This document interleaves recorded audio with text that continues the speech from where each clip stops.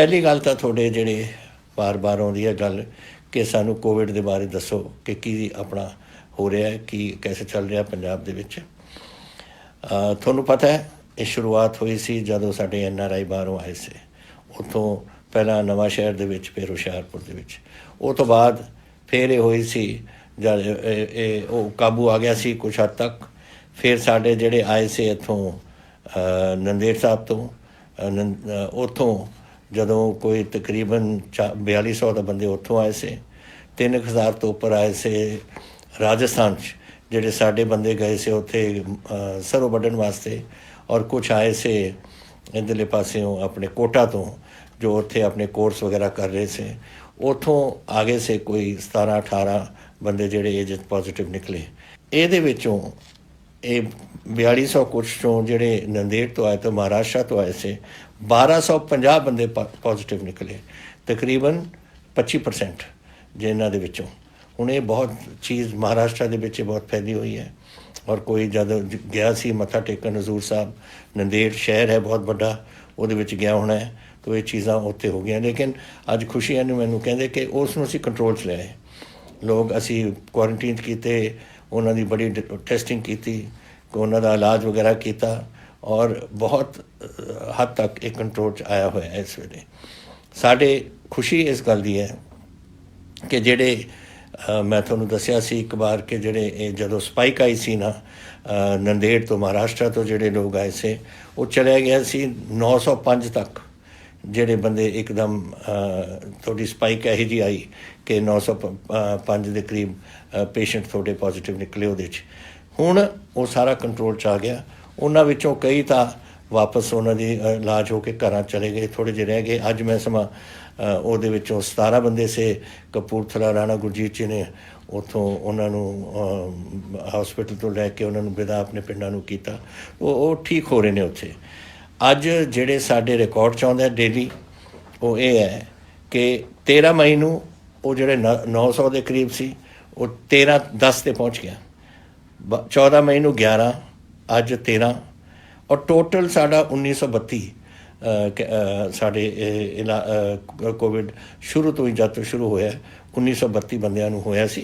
लेकिन हुण 10, 11, 13 इस लाइन ते चलदा है।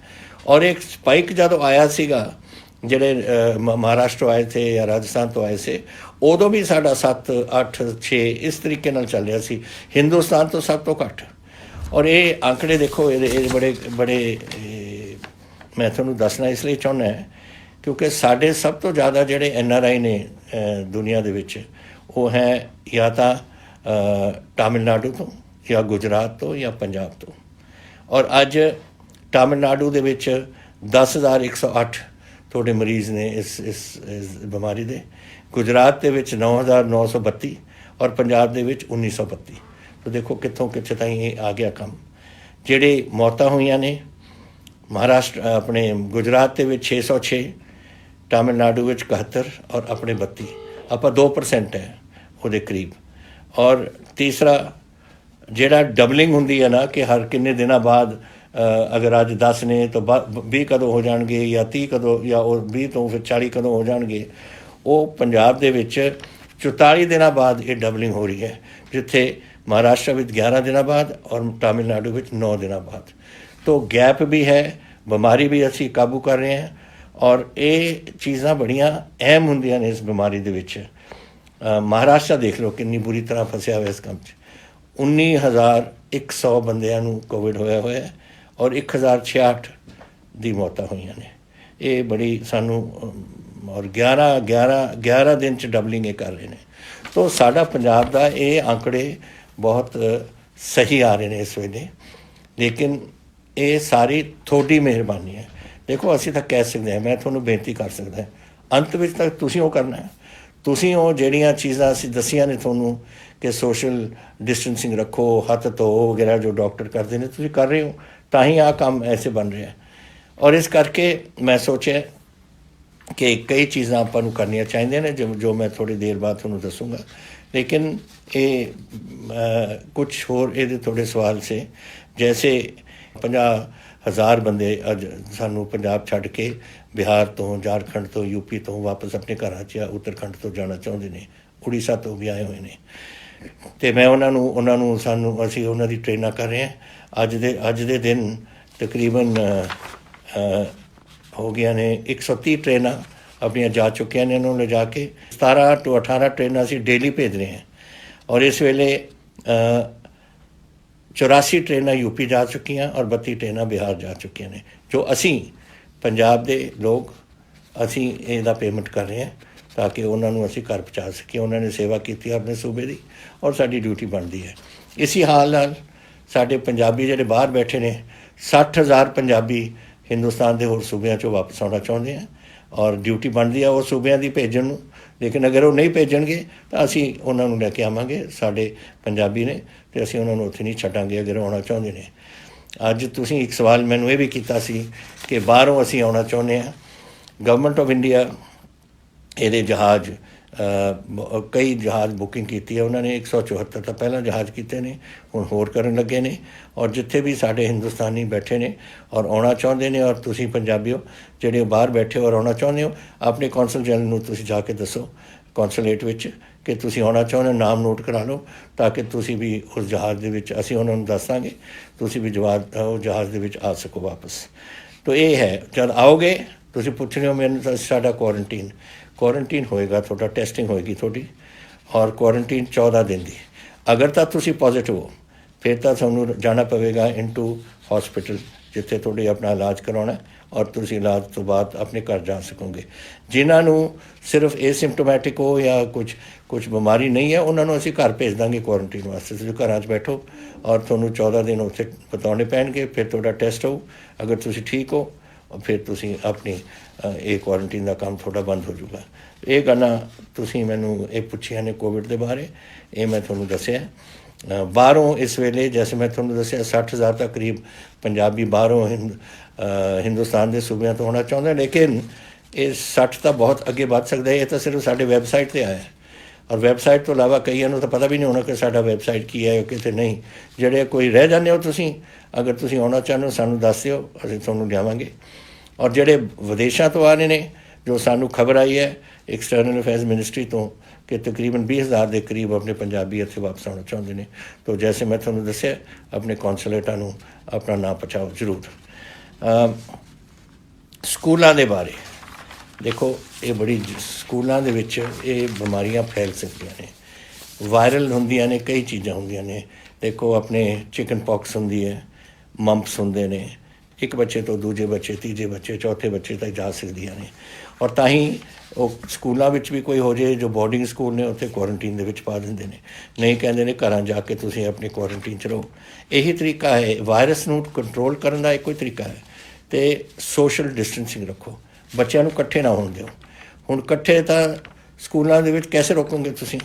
ਬੈਂਚ 'ਤੇ ਬਹਿੰਦੇ ਨੇ ਜਾਂ ਖੇਡਦੇ ਨੇ ਜਾਂ ਕੁਛ ਇੱਕ ਦੂਜੇ ਦੇ ਨਾਲ ਤਾਂ ਮਿਲਣਗੇ ਹੀ। ਕੋਈ ਫੁੱਟਬਾਲ ਖੇਡਦਾ ਹੈ, ਕੋਈ ਕੁਛ ਹੋਰ ਚੀਜ਼ ਖੇਡਦੇ, ਤੁਸੀਂ ਰੋਕ ਨਹੀਂ ਸਕਣਾ ਇਸ ਨੂੰ। ਲੇਕਿਨ ਅਸੀਂ ਸਕੂਲਾਂ ਨੂੰ ਇਹ ਜ਼ਰੂਰ ਕਿਹਾ ਕਿ ਇਹਦੇ ਦੌਰਾਨ ਕੋਈ ਇਨਕਰੀਜ਼ ਨਹੀਂ ਹੋਏਗੀ ਉਹਨਾਂ ਦੀ ਫੀਸ ਦੀ। ਇਸ ਸਾਲ ਮੈਂ ਇਹਨਾਂ ਨੂੰ ਭੇਜ ਚੁੱਕਿਆ ਆਰਡਰ ਕਿ ਕੋਈ ਤੁਸੀਂ ਜਿਹੜਾ 8% ਅਸੀਂ ਇਨਕਰੀਜ਼ ਅਲਾਉ ਕਰ ਦਿੰਦੇ ਹਾਂ ਆਪਣੇ ਪ੍ਰਾਈਵੇਟ ਸਕੂਲਸ ਨੂੰ ਕਿ ਤੁਸੀਂ 8% ਤਾਈਂ ਆਪਣਾ ਵਧਾ ਸਕਦੇ ਹੋ ਆਪਣੀ ਫੀਸ, ਉਹ ਨਹੀਂ ਹੋਣਗੀਆਂ ਇਸ ਸਾਲ। ਪਹਿਲੀ ਗੱਲ ਤਾਂ ਇਹ ਹੈ। ਦੂਸਰਾ ਔਨਲਾਈਨ ਐਜੂਕੇਸ਼ਨ ਰੱਖਣ, ਕਿਉਂਕਿ ਸਾਨੂੰ ਨਹੀਂ ਪਤਾ। ਅੱਜ ਮੈਨੂੰ ਤੁਸੀਂ ਪੁੱਛੋ ਕਿ ਕਿੰਨੀ ਦੇਰ ਕੋਵਿਡ ਚੱਲੇਗਾ, ਉਹ ਵੀ ਸਵਾਲ ਹੈ ਇੱਕ ਤੁਹਾਡਾ। ਮੈਂ ਕੈਸੇ ਦੱਸਾਂ ਤੁਹਾਨੂੰ ਕਿ ਦੁਨੀਆ 'ਚ ਨਹੀਂ ਪਤਾ ਕੈਸੇ ਚੱਲ ਰਿਹਾ। Nobody knows. ਇਹ ਬਿਮਾਰੀ ਇਹੋ ਜਿਹੀ ਹੈ ਜਿਹੜੀ ਚਾਈਨਾ ਤੋਂ ਸ਼ੁਰੂ ਹੋਈ ਔਰ ਚਾਈਨਾ 'ਚ ਫਿਰ ਵਾਪਸ ਪਹੁੰਚ ਗਈ। ਅਮਰੀਕਾ ਦਾ ਦੇਖੋ ਕੀ ਹਾਲ ਹੈ, ਲੱਖਾਂ ਦੇ ਕਰੀਬ ਉੱਥੇ ਲੋਕ ਬਿਮਾਰ ਹੋ ਗਏ ਔਰ ਪਤਾ ਨਹੀਂ 70-80 ਹਜ਼ਾਰ ਦੇ ਕਰੀਬ ਤਾਂ ਮਰ ਗਏ ਨੇ ਉੱਥੇ। ਇਹ ਸਾਰੇ ਕਿਤੇ ਦੁਨੀਆ ਚੱਲ ਰਹੀ ਹੈ ਤਾਂ ਕੋਈ ਕੰਟਰੋਲ ਨਹੀਂ। ਨਾ ਸਾਨੂੰ ਪਤਾ ਹੈ ਬਿਮਾਰੀ ਬਾਰੇ, ਨਾ ਡਾਕਟਰਾਂ ਨੂੰ, ਸਾਇੰਟਿਸਟ ਨੂੰ, ਕਿਸੇ ਨੂੰ ਪਤਾ ਇਸ ਦੇ ਬਾਰੇ। ਤਾਂ ਇਹ ਕਰਕੇ ਸਕੂਲ ਸਾਨੂੰ ਬੰਦ ਰੱਖਣੇ ਪੈਣਗੇ ਜਦ ਤਾਈਂ ਕੁਛ ਇਹਦੀ ਜਾਣਕਾਰੀ ਨਹੀਂ ਹੁੰਦੀ ਔਰ ਇਹ ਨਹੀਂ ਪਤਾ ਲੱਗਦਾ ਕਿ ਇਹਦਾ ਅਸੀਂ ਕੈਸੇ ਇਲਾਜ ਇਹਦਾ ਕਰਾਂਗੇ। ਸੋ ਇਹ ਤੁਹਾਨੂੰ ਤੁਹਾਨੂੰ ਔਖੀ ਘੜੀ ਤੁਹਾਨੂੰ ਕੱਟਣੀ ਪਊ। ਮੈਂ ਜਾਣਦਾ ਬੱਚਿਆਂ ਦੀ ਜਿਹੜੀ ਪੜ੍ਹਾਈ ਹੈ ਉਹ ਨਹੀਂ ਹੋਣੀ, ਲੇਕਿਨ ਔਨਲਾਈਨ ਤੁਸੀਂ ਅਗਰ ਜਿਹੜੇ ਸਕੂਲ ਕਰ ਸਕਦੇ ਨੇ ਤੁਸੀਂ ਕਰੋ। ਉਹਦੇ ਵਾਸਤੇ ਔਨਲਾਈਨ ਵਾਸਤੇ ਤਾਂ ਵੱਖ ਗੱਲ ਹੈ, ਲੇਕਿਨ ਹੋਰ ਕੋਈ ਬਿੱਲ ਨਹੀਂ ਤੁਸੀਂ ਲਾਉਣੇ। ਜੈਸੇ ਬਿਲਡਿੰਗ ਚਾਰਜਸ ਹੁੰਦੇ ਨੇ, ਟਰਾਂਸਪੋਰਟੇਸ਼ਨ ਚਾਰਜਸ, ਮੀਲ ਚਾਰਜਸ ਵਗੈਰਾ, ਇਹ ਨਹੀਂ ਲੱਗਣਗੇ। ਅਗਰ ਤੁਸੀਂ ਔਨਲਾਈਨ ਦੀ ਸਿਖਲਾਈ ਹੈ ਉਹਦਾ ਜਿਹੜਾ ਕੁਝ ਤੁਹਾਡਾ ਖਰਚਾ ਹੁੰਦਾ ਉਹ ਤੁਸੀਂ ਬੇਸ਼ੱਕ ਚਾਰਜ ਕਰ ਸਕਦੇ ਹੋ। ਤਾਂ ਇਹ ਗੱਲਾਂ ਅਸੀਂ ਕਈ ਚੀਜ਼ਾਂ ਇਹ ਪ੍ਰਾਈਵੇਟ ਸਕੂਲਸ ਨੂੰ ਲਿਖ ਕੇ ਭੇਜੀਆਂ ਨੇ, ਅਖਬਾਰ 'ਚ ਆ ਜਾਣਗੀਆਂ। ਔਰ ਮੈਂ ਆਸ ਕਰਦਾ ਕਿ ਤੁਸੀਂ ਆਪਣੇ ਬੱਚਿਆਂ ਨੂੰ ਪੜ੍ਹਾਓ ਜ਼ਰੂਰ। ਔਰ ਜੈਸੇ ਹੀ ਸਾਨੂੰ ਪਤਾ ਲੱਗਦਾ ਹੈ ਕਿ ਇਹ ਕੰਮ ਹੁਣ ਦਬਣ ਲੱਗ ਗਿਆ ਔਰ ਕੋਈ ਇਹਦਾ ਕੋਈ ਇਲਾਜ ਮਿਲ ਰਿਹਾ ਤਾਂ ਅਸੀਂ ਸਕੂਲ ਖੋਲ੍ਹ ਸਕਾਂਗੇ। ਇਹ ਤੁਹਾਡੇ ਬੱਚਿਆਂ ਦੀ ਬਿਹਤਰੀ ਵਾਸਤੇ ਹੈ, ਤੁਹਾਡੇ ਪਰਿਵਾਰ ਦੀ ਔਰ ਤੁਹਾਡੇ ਬੱਚਿਆਂ ਦੀ ਸਿਹਤ ਵਾਸਤੇ ਹੈ। And I am not willing to take risk. ਮੈਂ ਰਿਸਕ ਨਹੀਂ ਲਊਂਗਾ ਕਿ ਤੁਹਾਡੇ ਬੱਚਿਆਂ ਨੂੰ ਮੈਂ ਇੱਥੇ ਇਹੋ ਜਿਹੀ ਚੀਜ਼ 'ਚ ਫਸਾਵਾਂ ਜਿੱਥੇ ਉਹਨਾਂ ਨੂੰ ਬਿਮਾਰੀਆਂ ਹੋਣ ਜਿਹਦੇ ਤੋਂ ਸ਼ਾਇਦ ਨਿਕਲ ਨਾ ਸਕਣ। ਤੋ ਇਹ ਜ਼ਰੂਰੀ ਹੈ, ਮੇਰੀ ਜ਼ਿੰਮੇਵਾਰੀ ਹੈ ਔਰ ਮੈਂ ਆਸ ਕਰਦਾ ਕਿ ਤੁਸੀਂ ਇਸ ਜ਼ਿੰਮੇਵਾਰੀ ਦਾ ਮੇਰਾ ਸਾਥ ਦਿਓਗੇ।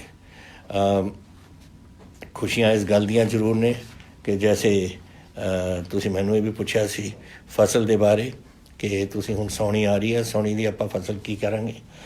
ਪਹਿਲਾ ਗੱਲ ਤਾਂ ਇਹ ਹੈ ਵਧਾਈ ਤੁਹਾਨੂੰ ਕਿ 123 ਲੱਖ ਟਨ ਆਪਣੀ ਕਣਕ ਆ ਚੁੱਕੀ ਹੈ ਔਰ ਦਿਨ ਪਰ ਦਿਨ 1 ਲੱਖ ਸਵਾ ਲੱਖ ਡੇਲੀ ਆ ਰਹੀ ਹੈ। ਦੇਖਦੇ ਹਾਂ ਕਿੱਥੇ ਤਾਈਂ ਪਹੁੰਚਦੀ ਹੈ, ਲੇਕਿਨ ਇਹ ਕਿਸਾਨਾਂ ਦੀ ਹਿੰਮਤ ਹੈ, ਤੁਹਾਡੇ ਸਾਰਿਆਂ ਦੀ ਹਿੰਮਤ ਹੈ ਜਿਨ੍ਹਾਂ ਦੇ ਕਰਕੇ ਇਹ ਹੋਇਆ। ਤੁਸੀਂ ਮੈਨੂੰ ਫਿਰ ਪੁੱਛਿਆ ਸੀ ਕਿ ਸਾਉਣੀ ਦੇ ਬਾਰੇ ਕਿ ਅਸੀਂ 1 ਜੂਨ ਤੋਂ ਸ਼ੁਰੂ ਕਰਨਾ ਚਾਹੁੰਦੇ ਹਾਂ। 1 ਜੂਨ ਤੋਂ ਤੁਸੀਂ ਕਰੋਗੇ ਨਾ ਝੋਨੇ ਨੂੰ ਸ਼ੁਰੂ, ਉਹ ਤਾਂ ਅਗਸਤ ਦੀ ਅਖੀਰ ਦੇ ਪਹਿਲੇ ਹਫ਼ਤੇ ਸਪਟੈਂਬਰ ਦੇ ਵਿੱਚ ਪੱਕ ਜੂਗੀ। ਤੁਸੀਂ ਕੱਟੋਗੇ ਕੈਸੇ, ਵੱਢੋਗੇ ਕੈਸੇ, ਉਹਦੀ ਮੋਇਸਚਰ ਲੈਵਲ ਇੰਨੀ ਹਾਈ ਹੋ ਜਾਣੀ। ਇਸ ਕਰਕੇ ਇਹ ਨਾ ਤੁਸੀਂ ਗਲਤੀ ਕਰ ਬੈਠਣਾ। ਅਸੀਂ 10 ਤਰੀਕ ਤੁਹਾਨੂੰ ਦਿੱਤੀ ਹੈ, ਅਗਰ ਤੁਸੀਂ 1 ਜੂਨ ਤੋਂ ਲਿਆਉਂਦੇ ਹੋ ਤਾਂ ਤੁਹਾਡੀ 25 ਅਗਸਤ ਤਾਈਂ ਪੱਕ ਜਾਣੀ ਹੈ, ਜਦ ਸਭ ਤੋਂ ਜ਼ਿਆਦਾ ਬਾਰਿਸ਼ ਉਦੋਂ ਹੁੰਦੀ ਹੈ। ਕਿ ਇਹਦਾ ਫਾਇਦਾ ਕੀ ਹੈ ਦੱਸੋ ਪਹਿਲਾਂ ਸ਼ੁਰੂ ਕਰਨ ਤੋਂ। ਤਾਂ ਤੁਸੀਂ ਇਹ ਮੇਰੀ ਗੱਲ ਮੰਨੋ, 10 ਜੂਨ ਠੀਕ ਟਾਈਮ ਹੈ। ਉਹ ਫਿਰ ਸਪਟੈਂਬਰ ਵਿਚਾਲੇ ਜਾ ਕੇ ਇਹ ਪੱਕੂਗੀ, ਉਦੋਂ ਤੁਸੀਂ ਇਸ ਨੂੰ ਵਾਢੀ 'ਚ ਲੱਗ ਸਕਦੀ ਹੈ ਔਰ ਮੰਡੀ 'ਚ ਆ ਸਕਦੀ ਹੈ। ਤਾਂ ਇਹ ਗੱਲ ਮੈਂ ਤੁਹਾਨੂੰ ਇਹ ਦੱਸਣਾ ਚਾਹੁੰਦਾ ਸੀ। ਹੋਰ ਤੁਹਾਡੇ ਸਵਾਲ ਸੇ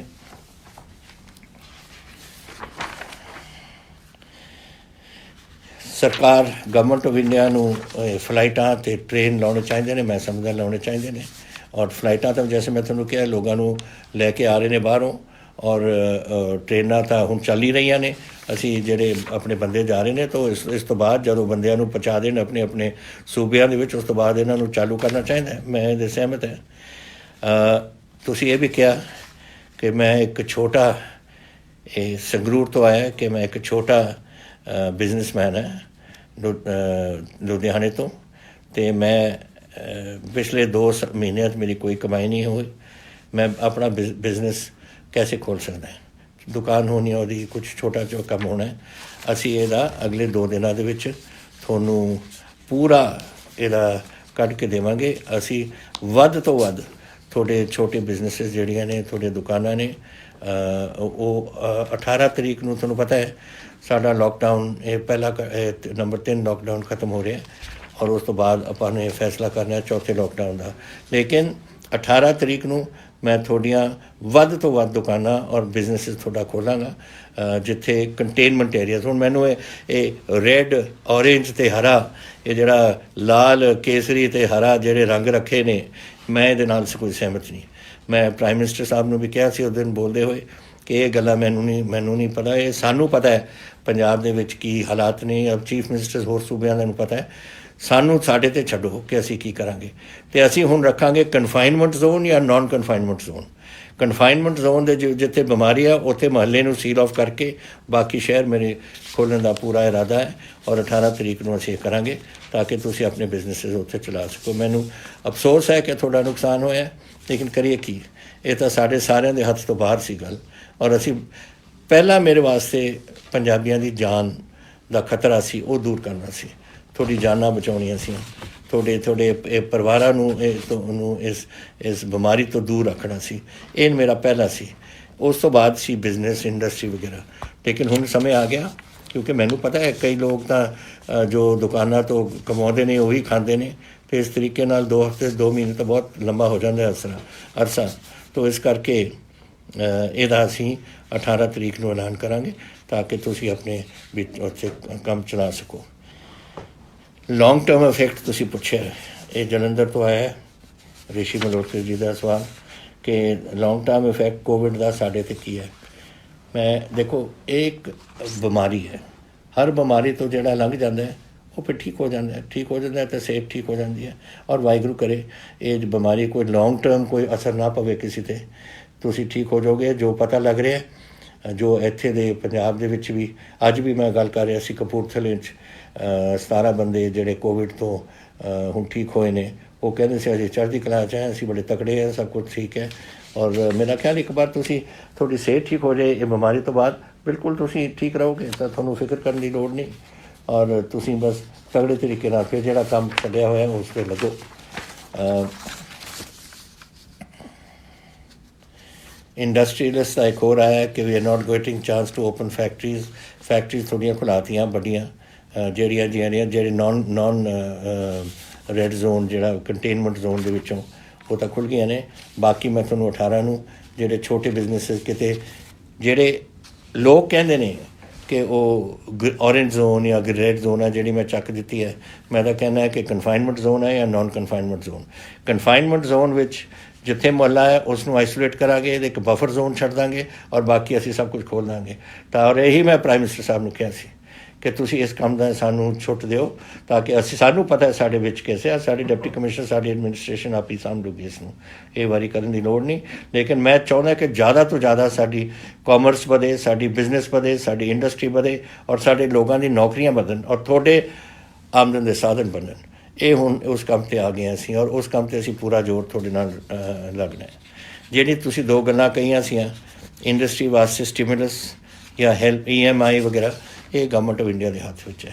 ਅਸੀਂ ਇਹਦੇ ਬਾਰੇ 26 ਮਾਰਚ ਨੂੰ ਮੈਂ ਇੱਕ ਚਿੱਠੀ ਲਿਖ ਚੁੱਕੇ ਹਾਂ ਪ੍ਰਾਈਮ ਮਿਨਿਸਟਰ ਨੂੰ ਔਰ ਮੈਂ ਉਸ ਨੂੰ ਫੋਲੋ ਅਪ ਕਰਾਂਗਾ ਕਿ ਜਿਹੜੇ ਹੁਣ ਤੁਸੀਂ ਐਲਾਨ ਕਰ ਰਹੇ ਹੋ ਯਾਨੀ ਕਿ 20 ਲੱਖ ਕਰੋੜ ਅਸੀਂ ਪੂਰੇ ਹਿੰਦੁਸਤਾਨ ਦੇਣਾ, ਉਹ ਉਹਨਾਂ ਕੀ ਦੇਣਾ ਹੈ, ਕੈਸੇ ਦੇਣਾ ਹੈ, ਕੀ ਕੁਝ ਕਰਨਾ ਹੈ, ਉਹ ਅਸੀਂ ਲਿਖ ਰਹੇ ਹਾਂ letter.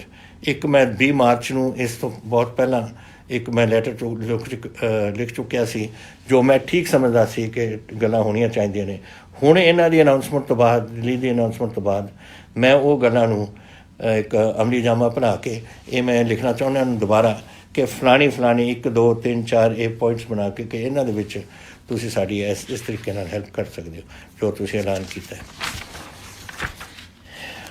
I agree with you, ਜਿਹੜੀ ਤੁਸੀਂ ਗੱਲ ਕਹੀ ਹੈ ਕਿ ਐਡੀਸ਼ਨਲ ਫਸਲ ਦਾਣਾ ਵਗੈਰਾ ਖਾਣਾ ਵਗੈਰਾ ਦੇਣਾ ਚਾਹੀਦਾ ਹੈ ਗਰੀਬਾਂ ਵਾਸਤੇ ਔਰ ਤੁਹਾਨੂੰ ਇਹ ਬੁਰਾ ਲੱਗਦਾ ਹੈ, ਬੁਰਾ ਤਾਂ ਮੈਨੂੰ ਵੀ ਲੱਗਦਾ, ਲੇਕਿਨ ਜਿਹੜਾ ਬੰਦਾ ਆਪਣੇ ਬੱਚੇ ਨੂੰ ਰੋਟੀ ਨਹੀਂ ਖਵਾ ਸਕਦਾ ਉਹ ਫਿਰ ਸਾਡੀ ਡਿਊਟੀ ਬਣ ਜਾਂਦੀ ਹੈ। ਤੁਹਾਨੂੰ ਪਤਾ ਕਿੰਨਾ ਅਸੀਂ ਦੇ ਚੁੱਕੇ ਹਾਂ ਇਸ ਵੇਲੇ, 1 ਕਰੋੜ ਪੈਕੇਟ ਅਸੀਂ ਦੇ ਚੁੱਕੇ ਹਾਂ, 3 ਕਰੋੜ ਦੀ ਆਪਣੀ ਆਬਾਦੀ ਹੈ, ਲੇਕਿਨ ਹਾਲੇ ਵੀ ਲੋਕਾਂ ਨੂੰ ਪੂਰੀ ਰੋਟੀ ਨਹੀਂ ਮਿਲ ਰਹੀ ਕਿਉਂਕਿ ਇਹ ਜਿਹੜੇ ਮਾਈਗਰੈਂਟ ਲੇਬਰ ਹੈ ਜਾਂ ਆਪਣੀ ਲੇਬਰ ਹੈ ਜਾਂ BPL ਸਾਡੀ ਫੈਮਿਲੀਜ਼ ਨੇ। ਹੁਣ ਮਾਈਗਰੈਂਟ ਲੇਬਰ ਤਾਂ 13 ਲੱਖ ਬੈਠੀ ਹੈ, ਉਹ ਜਦੋਂ ਉਹਨਾਂ ਨੂੰ ਕੋਈ ਨੌਕਰੀ ਨਾ ਮਿਲੇ ਤਾਂ ਫਿਰ ਉਹ ਵਿਚਾਰੇ ਰੋਟੀ ਖਾਣਗੇ ਕਿੱਥੋਂ, ਤਾਂ ਦਿਹਾੜੀਦਾਰ ਨੇ ਸਾਰੇ। ਇਸ ਕਰਕੇ ਸਾਨੂੰ ਰੋਟੀ ਦੇਣੀ ਪੈ ਰਹੀ ਔਰ ਚੱਲ ਰਹੀ ਹੈ ਇਸ ਵੇਲੇ, ਬੰਦ ਨਹੀਂ ਹੋ ਰਹੀ, ਅਸੀਂ ਬੰਦ ਨਹੀਂ ਕਰਾਂਗੇ। ਅਸੀਂ ਜਿਹੜਾ ਭੁੱਖਾ, ਮੈਂ ਪਹਿਲਾਂ ਕਿਹਾ ਇੱਕ ਵਾਰ, ਪੰਜਾਬ ਦੇ ਵਿੱਚ ਅਸੀਂ ਕਿਸੇ ਨੂੰ ਭੁੱਖੇ ਸੌਣ ਨਹੀਂ ਦੇਣਾ ਔਰ ਇਹੀ ਗੱਲ 'ਤੇ ਅਸੀਂ ਜੋ ਕੁਝ ਲੋੜ ਹੈ ਸਾਨੂੰ ਇਹ ਗਰੀਬਾਂ ਦੀ ਮਦਦ ਕਰਨ ਵਾਸਤੇ, ਇਹ ਸਾਡੀ ਸਾਰਿਆਂ ਦੀ ਡਿਊਟੀ ਬਣਦੀ ਹੈ ਔਰ ਸਰਕਾਰ ਦੀ ਡਿਊਟੀ ਬਣਦੀ ਹੈ ਕਿ ਉਹਨਾਂ ਨੂੰ ਅਸੀਂ ਪੂਰਾ ਉਹਨਾਂ ਦਾ ਰਾਸ਼ਨ ਪਾਣੀ ਸਾਰਾ ਦੇ ਸਕੀਏ। ਤੁਸੀਂ ਫਿਰ ਕਿਹਾ ਸੀ ਕਿ ਪੰਜਾਬ ਟਰਾਂਸਪੋਰਟ ਕਦੋਂ ਰਿਜ਼ਿਊਮ ਹੋ ਜਾਏਗੀ, ਇਹ ਮੈਂ ਤੁਹਾਨੂੰ ਦੱਸਦਾ 18 ਤਰੀਕ ਤੋਂ ਅਸੀਂ ਇਹਨੂੰ ਰਿਜ਼ਿਊਮ ਕਰਾਂਗੇ ਜਿੱਦਣ ਇਹ ਕੋਵਿਡ ਪਹਿਲਾਂ ਹੋਏਗਾ। ਹੁਣ ਮੈਂ ਕੋਵਿਡ ਦੇ ਬਾਰੇ ਤੁਹਾਨੂੰ ਇੱਕ ਗੱਲ ਦੱਸਣਾ ਚਾਹੁੰਦਾ ਕਿ 18 ਤਰੀਕ ਨੂੰ ਇਹ ਜਿਹੜਾ ਲੋਕਡਾਊਨ ਸੀ ਨੰਬਰ 3 ਲੋਕਡਾਊਨ ਇਹ ਬੰਦ ਹੋਣਾ। ਪਤਾ ਨਹੀਂ government of India Ki announce ਕਰ ਰਹੀ ਹੈ ਜਾਂ ਨਹੀਂ ਅਨਾਊਂਸ ਕਰ ਰਹੀ, ਲੇਕਿਨ ਮੈਂ ਇਸ ਗੱਲ ਨੂੰ ਅੱਗੇ ਲੈ ਕੇ ਜਾਵਾਂਗਾ। ਮੈਂ ਕਰਫਿਊ ਹਟਾ ਦੇਣੀ ਹੈ, ਕੋਈ ਕਰਫਿਊ ਨਹੀਂ ਹੋਏਗਾ ਪੰਜਾਬ 'ਚ 18 ਤਰੀਕ ਤੋਂ, ਲੇਕਿਨ ਲੋਕਡਾਊਨ ਅਸੀਂ ਰੱਖਾਂਗੇ। ਇਹ ਤੁਹਾਡੀ ਹਿੰਮਤ ਔਰ ਇਹ ਲੋਕਡਾਊਨ ਦਾ ਹੈ ਕਿ ਸਾਡੇ ਪੰਜਾਬ ਅੱਜ ਬਚਿਆ ਹੋਇਆ ਹੈ। ਅੱਜ ਹੁਣ ਜਿਹੜੇ ਦੇਖੋ ਅਗਰ 60,000 ਲੋਕ ਬਾਹਰੋਂ ਆ ਜਾਣ ਅਤੇ 20 ਲੱਖ ਵਿਦੇਸ਼ਾਂ ਤੋਂ ਆ ਜਾਣ ਅਤੇ ਸਾਨੂੰ ਉਹਦਾ ਧਿਆਨ ਰੱਖਣਾ ਪਊ। ਅਸੀਂ ਉਹਨਾਂ ਨੂੰ ਕੁਆਰੰਟੀਨ 'ਚ ਪਾਵਾਂਗੇ ਸਾਰਿਆਂ ਨੂੰ, ਲੇਕਿਨ ਫਿਰ ਵੀ ਕੁਝ ਘੁੰਮਦੇ ਨੇ, ਉਦੋਂ ਜਦ ਅਸੀਂ ਆਉਂਦੇ ਨੇ ਉਦੋਂ ਤਾਂ ਲੱਗਦੇ ਨੇ ਪੋਜ਼ੀਟਿਵ, ਹਫ਼ਤੇ ਬਾਅਦ 10 ਦਿਨ ਬਾਅਦ ਫਿਰ ਉਹਨਾਂ ਨੂੰ ਕੋਈ ਬਿਮਾਰੀ ਲੱਗ ਜਾਂਦੀ ਕਿਉਂਕਿ ਬਿਮਾਰੀ 5ਵੇਂ ਔਰ 7ਵੇਂ ਦਿਨ ਦੇ ਦਰਮਿਆਨ ਇਹ ਦਿਖਦੀ ਹੈ। ਜਿਹਨੂੰ ਲੱਗ ਜਾਂਦੀ ਹੈ ਪਹਿਲੇ ਦਿਨ ਤਾਂ ਠੀਕ ਹੁੰਦਾ, ਤਾਂ ਜਦ ਪਾਲਮ ਆ ਜਾਏ ਉਦੋਂ ਤਾਂ ਠੀਕ ਲੱਗਦਾ, ਉਦੋਂ ਟੈਸਟ ਵੀ ਕਲੀਅਰ ਹੋਣਗੇ, ਲੇਕਿਨ ਹਫ਼ਤੇ 10 ਦਿਨ ਬਾਅਦ ਫਿਰ ਹੋ ਸਕਦਾ, ਫਿਰ ਕੀ ਕਰਾਂਗੇ। ਤਾਂ ਇਸ ਕਰਕੇ ਸਾਨੂੰ ਲੋਕਡਾਊਨ ਰੱਖਣਾ ਪਊ ਜਦ ਤੱਕ ਸਾਰੇ ਪੰਜਾਬੀ ਘਰ ਨਹੀਂ ਆਉਂਦੇ। ਲੇਕਿਨ ਮੈਂ ਉਹਦੇ 'ਚ ਰਾਹਤ ਬੜੀ ਦੇਵਾਂਗਾ, ਮੈਂ ਰਾਹਤ ਦੇਵਾਂਗਾ, ਲੇਕਿਨ ਤੁਸੀਂ ਮੇਰਾ ਹੁਣ ਸਾਥ ਤੁਹਾਨੂੰ ਦੇਣਾ ਪਊ। ਦੇਖੋ ਮੈਂ ਨਹੀਂ ਚਾਹੁੰਦਾ ਕਿ ਇਹ ਬਿਮਾਰੀ ਜ਼ਿਆਦਾ ਫੈਲੇ ਇੱਥੇ ਔਰ ਤੁਸੀਂ ਵੀ ਤੰਗ ਹੋ। ਤੰਗੀ ਇਹ ਜਿਹੜੀ ਲੋਕਡਾਊਨ ਦੀ ਹੁੰਦੀ ਹੈ ਇਹ ਲੋਕਾਂ ਨੂੰ ਤੰਗ ਕਰਨ ਦੀ ਉਹ ਗੱਲ ਹੈ, ਲੇਕਿਨ ਇਹ ਤੁਹਾਡੀ ਸਿਹਤ ਵਾਸਤੇ ਹੈ ਔਰ ਤੁਸੀਂ ਮੇਰਾ ਸਾਥ ਦਿੱਤਾ। ਮੈਂ ਤੁਹਾਨੂੰ ਬੇਨਤੀ ਕੀਤੀ ਸੀ ਔਰ 2 ਮਹੀਨੇ ਤੁਸੀਂ ਮੇਰਾ ਸਾਥ ਦੇ ਕੇ ਆਪਾਂ ਪੰਜਾਬ ਬਚਾ ਲਿਆ। ਹੁਣ ਮੇਰੀ ਇੱਕ ਤੁਹਾਨੂੰ ਬੇਨਤੀ ਹੋ ਰਿਹਾ ਕਿ ਮੈਂ 31 ਮਈ ਤਾਈਂ ਇਸ ਨੂੰ ਫਿਰ ਲੈ ਕੇ ਜਾਊਂਗਾ। ਬੜੀ ਰਾਹਤ ਮਿਲੇਗੀ ਉਹਦੇ 'ਚ, ਲੇਕਿਨ ਤੁਸੀਂ ਮੇਰਾ ਸਾਥ ਦੇਣਾ ਹੈ ਤਾਂ ਕਿ ਇਹ ਹੋਰ ਫੈਲੇ ਨਾ। ਇਹ ਜਿਹੜੇ ਲੋਕ ਆਉਣਗੇ 60,000 ਇੱਕ ਔਰ 20,000 ਹੋਰ 80,000 ਹੋਰ ਲੋਕ ਪੰਜਾਬ ਦੇ ਵਿੱਚ ਆਉਣਗੇ, ਅਗਰ ਇਹ ਲਿਆਉਣਗੇ ਇਸ ਨੇ ਥੋੜ੍ਹਾ ਕੰਟਰੋਲ ਆਪਾਂ ਨੂੰ ਰੱਖਣਾ ਪਊ। ਔਰ ਵਾਹਿਗੁਰੂ ਕਰੇ 31 ਮਾਰਚ ਤਾਈਂ ਆਪਾਂ ਨੂੰ ਫਿਰ ਅੱਗੇ ਜਾਣ ਦੀ ਲੋੜ ਨਾ ਪਵੇ, ਅਗਰ ਆਪਾਂ ਕੰਟਰੋਲ ਕਰ ਸਕੀਏ। ਔਰ ਕੰਟਰੋਲ ਕਰਨਾ ਔਰ ਇਹਦਾ ਸੰਭਾਲ ਕਰਨੀ ਇਹ ਤੁਹਾਡੇ ਹੱਥ ਦੇ ਵਿੱਚ ਹੈ। ਤਾਂ ਮੈਂ ਆਸ ਕਰਦਾ ਕਿ ਤੁਸੀਂ ਮੇਰੀ ਗੱਲ ਫੇਰ ਮੰਨੋਗੇ ਇੱਕ ਵਾਰ, ਔਰ ਆਪਾਂ ਆਪਣੇ ਪੰਜਾਬ ਨੂੰ ਇਸ ਬਿਮਾਰੀ ਤੋਂ ਕੱਢੀਏ ਔਰ ਆਪਾਂ ਉਸ ਨੂੰ ਬਚਾਈਏ। ਇੱਕ ਸਵਾਲ ਤੁਸੀਂ ਕੀਤਾ ਸੀ ਕਿ ਗਵਰਨਮੈਂਟ ਦੇ ਵਿੱਚ ਤੁਸੀਂ ਰਿਕਰੂਟਮੈਂਟ ਕਰੋਗੇ ਜਾਂ ਨਹੀਂ। ਇਹ ਤੁਹਾਨੂੰ ਪਤਾ ਹੈ ਕਿ ਅਸੀਂ ਆਪਣੇ ਪਿਛਲੇ ਬਜਟ ਸੈਸ਼ਨ ਦੇ ਦੌਰਾਨ ਐਲਾਨ ਕੀਤਾ ਸੀ ਕਿ ਅਸੀਂ 1 ਲੱਖ ਨੌਕਰੀਆਂ ਇਹਦੇ ਵਿੱਚ ਇਸ ਸਾਲ ਦੇ ਵਿੱਚ ਕਰਾਂਗੇ।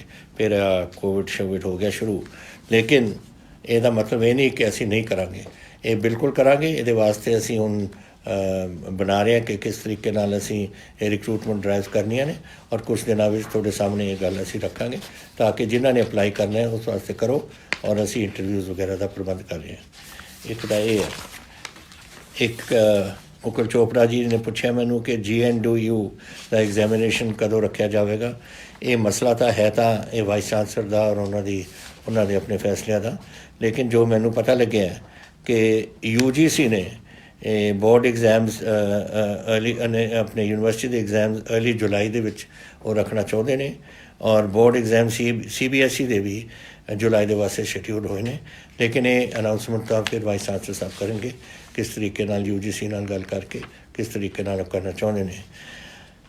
ਤੀਸਰਾ ਜਿਹੜਾ ਮੈਂ ਇੱਕ ਹੋਰ ਸਵਾਲ ਤੁਹਾਡੇ ਨਾਲ ਕਰਨਾ ਚਾਹੁੰਦਾ, ਜਿਹੜਾ ਮੈਂ ਸਮਝਦਾ ਕਿ ਤੁਸੀਂ ਇਹ ਬੜੀ ਸੋਚ ਕੇ ਤੁਸੀਂ ਮੈਨੂੰ ਪੁੱਛਿਆ ਕਿ ਓਪੋਜੀਸ਼ਨ ਪਾਰਟੀਜ਼ ਤੁਹਾਡੇ 'ਤੇ ਇਲਜ਼ਾਮ ਵਗੈਰਾ ਲਾਉਂਦੀਆਂ ਨੇ, ਤੁਸੀਂ ਕੀ ਸਮਝਦੇ ਹੋ ਉਸ ਦੇ ਬਾਰੇ। ਦੇਖੋ ਗੱਲ ਇਹ ਲੜਾਈ ਹੈ ਸਾਡੇ ਭਵਿੱਖ ਦੀ, ਆਪਣੇ ਬੱਚਿਆਂ ਦੇ ਭਵਿੱਖ ਦੀ, ਤੁਹਾਡੇ ਪਰਿਵਾਰਾਂ ਦੇ ਭਵਿੱਖ ਦੀ, ਪੰਜਾਬ ਦੇ ਹਿੰਦੁਸਤਾਨ ਦੇ ਭਵਿੱਖ ਦੀ।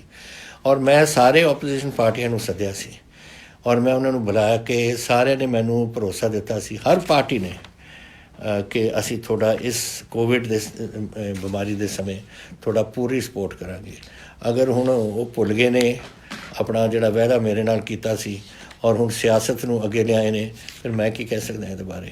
ਵੈਸੇ ਉਹਨਾਂ ਨੂੰ ਸੋਚਣਾ ਚਾਹੀਦਾ ਹੈ ਕਿ ਇਹ ਪੰਜਾਬ ਦੇ ਔਰ ਪੰਜਾਬ ਦੇ ਲੋਕਾਂ ਦਾ ਭਵਿੱਖ ਹੈ, ਔਰ ਜਦੋਂ ਤਾਈਂ ਇਹ ਲੜਾਈ ਮੁੱਕਦੀ ਨਹੀਂ ਔਰ ਆਪਾਂ ਇਹਦੇ 'ਚ ਫਤਿਹ ਨਹੀਂ ਆਪਾਂ ਇੱਥੇ ਹੋਵਾਂਗੇ ਤਾਂ ਇਹ ਗੱਲ ਪੰਜਾਬ ਦੇ ਵਿੱਚ ਫੈਲਦੀ ਰਹੂ।